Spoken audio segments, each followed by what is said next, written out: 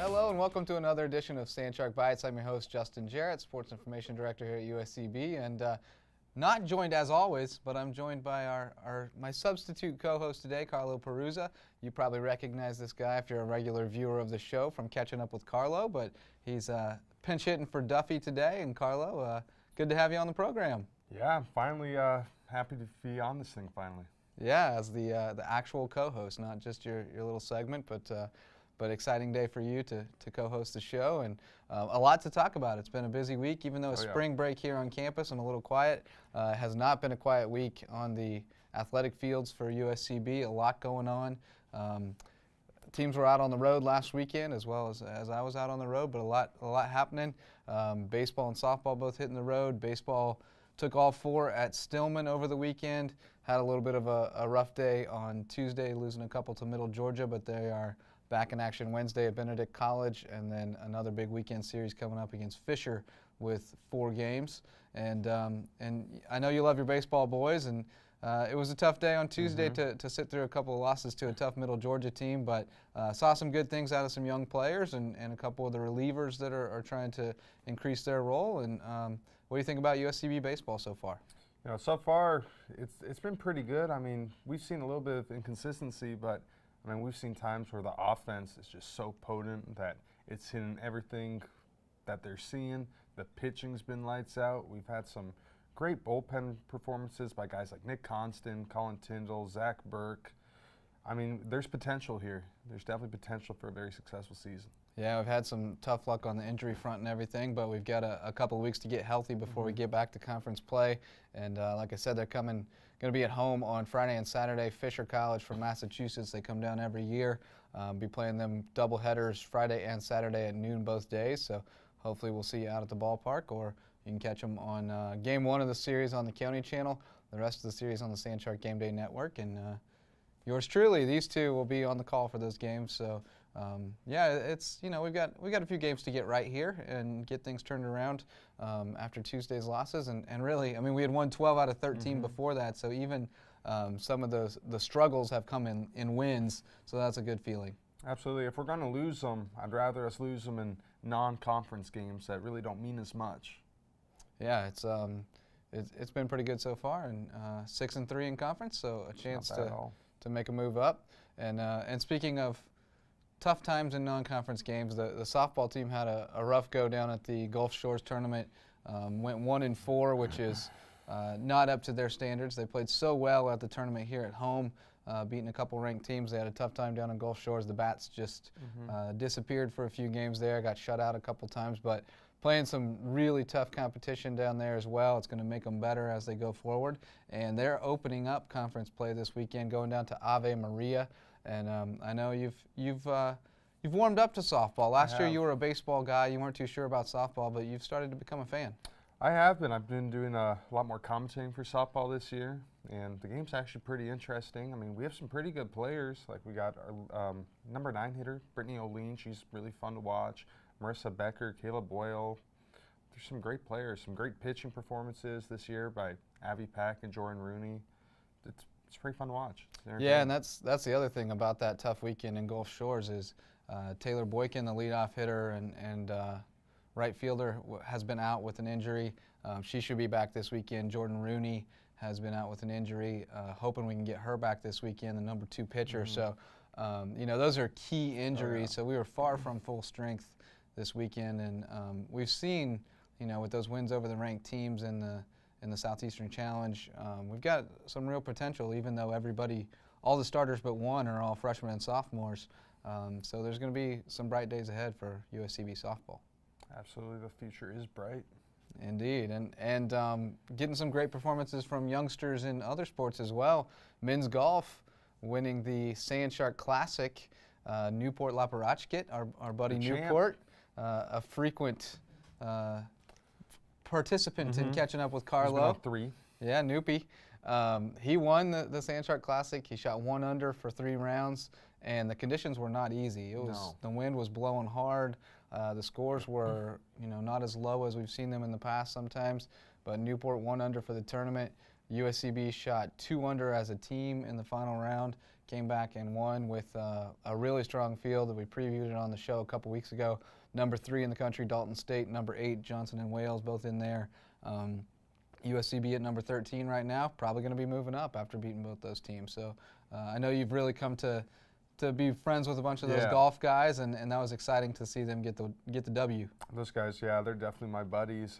Lucas and I, during the tournament, we were riding around and we were watching some of the guys, and we seen a lot of fist pumps. So they were all making their shots and in good drives, making big putts, and turned out really good. Turned out for a USCB victory.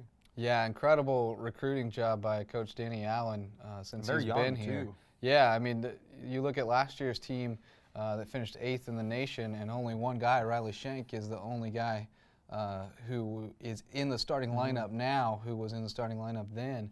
Bobby Dunphy's also back, but he hasn't been cracking the top 5. So you look at everybody else is new to that team. He did a great job recruiting, and actually the B team finished strong in the tournament as well, finished 6th and beat a couple of good teams. So a lot of depth there, and like you said, a lot of freshmen and a couple of junior transfers, but mostly freshmen in that lineup. Will Knipe, another guy who's a freshman, and he tied for 3rd, had a great 68 in the final round. So it's going to be really fun the next couple of years to see how good that team can be. I think they only get better, honestly, when they get more experience to the college game. I mean, they've already adapted to it pretty quickly coming right out of high school, so I think it's just going to get better and better. Yeah, it's, the guys who played at a high level in junior golf and things like that are pretty accustomed to playing tough courses and long yardages. And so when you're recruiting those kinds of guys, they're going to be able to come in and make an impact right away. But they will just get better and better as they get more experience. You play the same courses a lot of the time, year in and year out. So, but they learn how to manage it a little bit more, and they're off to a great start. Absolutely. First 2 tournaments of the spring, 2nd place in a Division I event, and won our own event with 5 top 25 teams in there. So it's a great start for them, and hopefully they can keep it rolling through the spring. The women won last week, but had a little bit tougher field this week. They went to the Armstrong Pirate Invitational, and they finished 7th out of 12 teams there. Didn't play their best, I don't think, but still right there in the middle of the pack in a really strong Division II field, and just an immensely talented team. And I know that you had fun catching up with them as well last week. Yeah, they're a pretty funny group. Francie Knoch, Emily Turner, Moa Christensen, they're all a good group of girls. They like to do my catching up with Carlos. I mean, Francie, I really like watching her play. She can hit that ball very, very, very far. Yeah, and she led the way for us at the Armstrong tournament. Finished 11th, I believe. Yeah, tied for 11th. Another good performance for her. I know she wasn't real happy with her final round, but pretty solid overall. And they'll be right back at it this week. They go to Coker this week, and then they got kind of a home game at Moss Creek right here in Bluffton in 2 weeks. Starting to gear up already. They've got a couple of big events coming up in April, so they're getting ready. It seems like this semester is just flying by and just breezing through it. I can't believe we're in March. It's crazy. It's unbelievable. And then the other team that's in season right now, the track and field team, and they continue to kill it. We're actually going to talk a little bit more about that in a bit. Bernard Gaither going to join us on the show for my interview this week and talk more about track and field. But every week, school records are falling. Took down 5 of them again this week, and and didn't even have everybody eligible or available this week. Some of them were sitting out after running the week before. So they're going back to Savannah State again on Saturday, and I expect a whole bunch of school records will fall again. They just get better and better every week. Any track stars that you've befriended of late? Track stars, I have a couple, yeah. Thrower Chael Kelly. He finished 2nd place at one of the events. He made sure he Snapchatted me, made sure that I told you he finished 2nd. He was really happy about that. Fellow countryman Nick O'Neill. Yeah. He's a runner. Very interesting individual there. Good guy. Good guy, Nick. Character. He's been on the show before, believe it or not. Oh, really? Wow. But you guys let him on here. Yeah, it's not live, so. Oh, okay. Makes sense. But yeah, the track team is killing it, and Coach Gaither has done a phenomenal job as well of really ramping that up. And actually, just a reminder for you, if you haven't signed up yet, the LK 5K is going to be a big fundraiser for the track and field program, trying to get facilities here on campus. set up a hot link for that, so you can go to uscbathletics.com/LK5K. There's also, as you mentioned, a splash page that you can click through to get to the registration page. We'd love to have you out here April 2nd, 8:30 for the fun run, 9 o'clock for the 5K. Come out and drag yourself around the campus, get that 5K in, get a little exercise, and honor the legacy of Coach Kimball and support his passion of cross country and track and field, and help out USCB track and field. So it's going to be a great event, and we're looking forward to it. And on that note, let's talk with Bernard Gaither. He's coming up next on Sand Shark Bites.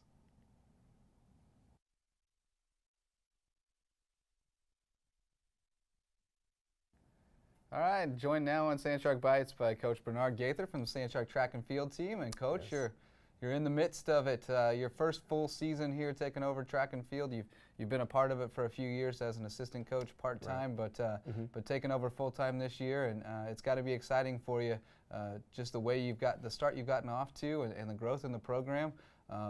Just tell us a little bit about how your vision here for USCB track and field is starting to take shape. Well, it's been great. I have been blessed with a great opportunity to take the baton from Coach Kimball and be able to take the program forward and expand it. We've been given a charge of trying to expand our roster to about 70, and so we take that very seriously. We feel as though if we have a roster of about 70, that we'll be able to compete year in, year out in the Southern Conference and build a national championship team. And so it's been very exciting. Our start already has, for the last 2 weeks, has put us at the fastest 4x1 in the nation for the NAIA, and the fastest 4x4 in the nation for the NAIA. And so we're running very well. We've had some injuries to start off the season, but we're battling through those things and giving some alternates great opportunities to step up and be part of this program. And so we're really excited about what we can do this year. Yeah, and with those roster numbers, I mean, it's as much about, at this time of year, feeling things out, seeing where everybody's the strongest, and putting that puzzle together. I know you've been working on that since even before you got the job full time, just starting to put that puzzle together and figure out where there are points to be scored, and try to put it together, because even though it's your first year as full-time head coach, I know that your goals are very high, and you're talking about conference championships and competing in nationals. Oh yeah. And that's been the blessing, is I've been able to be under the tutelage of Coach Kimball for the last 5 years. Even though this is my first year as a head coach, I've been working with the jumps and hurdles and sprinters for the last 4 years as an assistant. And so I've been able to have input into the program and input into recruiting a lot of athletes that we have shown up this year. And so when I look back at the roster, I mean, these really are my babies. And so really excited about, once again, our strong possibilities of winning the conference on the women's side, and strong possibilities of winning on the men's side as well. It's going to be a battle, especially on the men's side. I think that it's going to come down to the last couple of races. On the girls' side, I think that we have a very, very strong chance of winning the conference championship, and then moving as many people to the national level as possible. Yeah, we've already got quite a few qualified. You mentioned the 2 relays that are already qualified for nationals. Trying to think off the top of my head who else is in there, but we've got quite a few national qualifiers already. We do. We have Taylor Superior, who's already hit the B standard. Her first time running the 400 hurdles this season. She almost broke her own school record, and so she's 0.3 of a second off of qualifying for the A standard. We have Demetrius Davis, freshman, hurdle phenom, that has come in and dropped a 14.76, which is 0.1 of a second off the A standard. So he's already qualified for nationals for the B standard. And so what we're trying to do is take all those athletes who have qualified for the B standard and move them to the A standard, and then get those who are right there on the cusp, get them nationally qualified. So I believe that Jahari Williams, I believe that Maya Cooper, Faith Calloway, they're going to hit the A standards, the B standards very, very quickly, very, very soon. And then, like I said, we have a whole host of other athletes that are right there on the cusp and just need just a little bit more time and a couple more meets, and then they'll be there as well. And you guys have been having a lot of fun this week on spring break. I saw a kickball game. There was a throwers and sprinters relay on the beach, Easter egg hunt, and you haven't been painting, you've been cooking pancakes, slinging the pancakes around. So it seems like you've really done a great job of team bonding with this group. It's hard with that big of a group, but it feels like it's a pretty cohesive unit, and they're having a good time and enjoy each other's company. Yeah, I just want to have a team, and so with track and field, it can be a little confusing, almost like a paradox, because it's an individual event, and so when I compete, I'm competing as an individual. If I win, great, but then there's also the team aspect of it, that no one person can win a team championship in track and field. You could win all of your events, but you're just an individual champion. And so wanted to build that family, build that bond. And so we've been able to have tons of fun going to the beach, doing relay races, went out to the jump park last night, get air. Distance was able to come in, joining us on that. And so just having this understand that it's not just distance, it's not just sprints and jumps or hurdles, and it's not just throws, that collectively we are the track and field program, and that we are one family. And so that when we're out on the campus, that people know us as the track and field program, the team, that they know us from a mile away, and they hear nothing but great things about us. Yeah, well, it's off to a great start, and the results have been fantastic, and hopefully we'll continue that throughout the season. And then we've got another big event coming up on April 2nd. We've mentioned it on the show every week, but the LK 5K. I know you're excited about that, and you've already mentioned you know the mentorship that you've received from Coach Kimball, and I know you're looking forward to honoring his legacy with that event. Hopefully we'll get a lot of participation here on campus for the LK 5K. Oh yeah, most definitely. We've already had some great sponsorship, but the track and field program is going to be, the distance runners will be participating, the sprinters, most of them will be working the event. I don't want to see any throwers out there running that. That might take a little bit of time, but my family's going to come out. We're going to run the fun run, and so we want to get as many people out to help support Coach Kimball in the building of a track on campus that will benefit the university. It benefits all the athletic programs, but it also benefits the student body, that you have a place that you can go out and you can still exercise, you can walk around the track, and it brings attention to our program, as well as potentially the community at large. I mean, that could open us up for a lot of different events, and it would mean a lot to the Bluffton community, the Low Country community, to have that facility. So hopefully we'll get there sooner than later. It could be a couple years down the road, but with your vision, I know that the track and field program's in great hands. Oh, thank you. Well, thanks for joining us on the show. We'll get you on again soon, talk about that conference championship when it gets a little bit closer. Will do. We'll be right back with more here on Sandchalk Bites. At the University of South Carolina, Beaufort, we offer small classes, individual attention, and an affordable education in an atmosphere that fosters diversity and achievement. We are students. We field 9 Sandshark sports teams that compete in the Sun Conference. We are athletes. We are one university with 2 campuses serving the coastal areas of South Carolina and Georgia. We are the Low Country. We are the fastest growing 4-year school in the University of South Carolina system. We are USCB. Good to talk to Coach Gaither. He's always excited about his team, and with good reason. They've got some very bright days ahead, and looking forward to some great performances as the season goes on, getting some national qualifiers, some Sun Conference champions, a lot of all conference performers, maybe even some All-Americans. Future definitely bright with that team. Yeah, it's going to be fantastic, and look forward to them growing over the years as well. Well, there's only one thing left to do, Carlo, and that's to select Player of the Week time. The Sandshark Bites Student Athlete of the Week, and it's pretty easy this week, actually. Not because there weren't a lot of people who performed well, but just because one guy just blew it out of the water, and that's our pal freshman golfer Newport Laparachkit. Newport, of course, shooting a 69 in the final round of the Sandshark Classic, finishing at 1 under for the tournament, and the individual champion in a very strong field, helping the Sandsharks keep the hardware at home for the Sandshark Classic. First time we've won that tournament since 2013, when USCB won it and Brian Langley was the individual champ. So, yeah, great showing. Took it away from Coastal Georgia, which had won it 3 years in a row, and knocked off a couple top 10 teams. And Newport is having a fantastic freshman season so far, and I just can't wait to see how much better he gets as his career goes along. Absolutely. It's really good to see a kid like that win it. I mean, Newport, he puts a lot of time in. He's a great kid, full of dedication, very honest person. I remember during that tournament there was one time when he was putting and he went down to mark the ball and he accidentally hit it with his finger and it moved like maybe half an inch, and he owned up to it. He said, he's like, I hit it, deduct me a stroke. So it's really good to see a kid like that. Yeah, very humble guy, and yeah, he's got a lot to.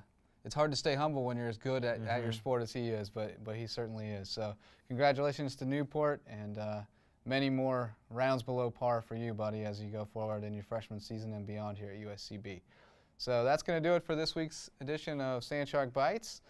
Thanks to Carlo for stepping in the pinch and helping out, and hope you had fun. Absolutely. Thanks for having me. All right, well, I'll be back again next week. Hopefully Duffy will rejoin me, but if not, we know Carlo is ready for the challenge. Challenge. And hope you'll join us as well. Until then, keep those fins up.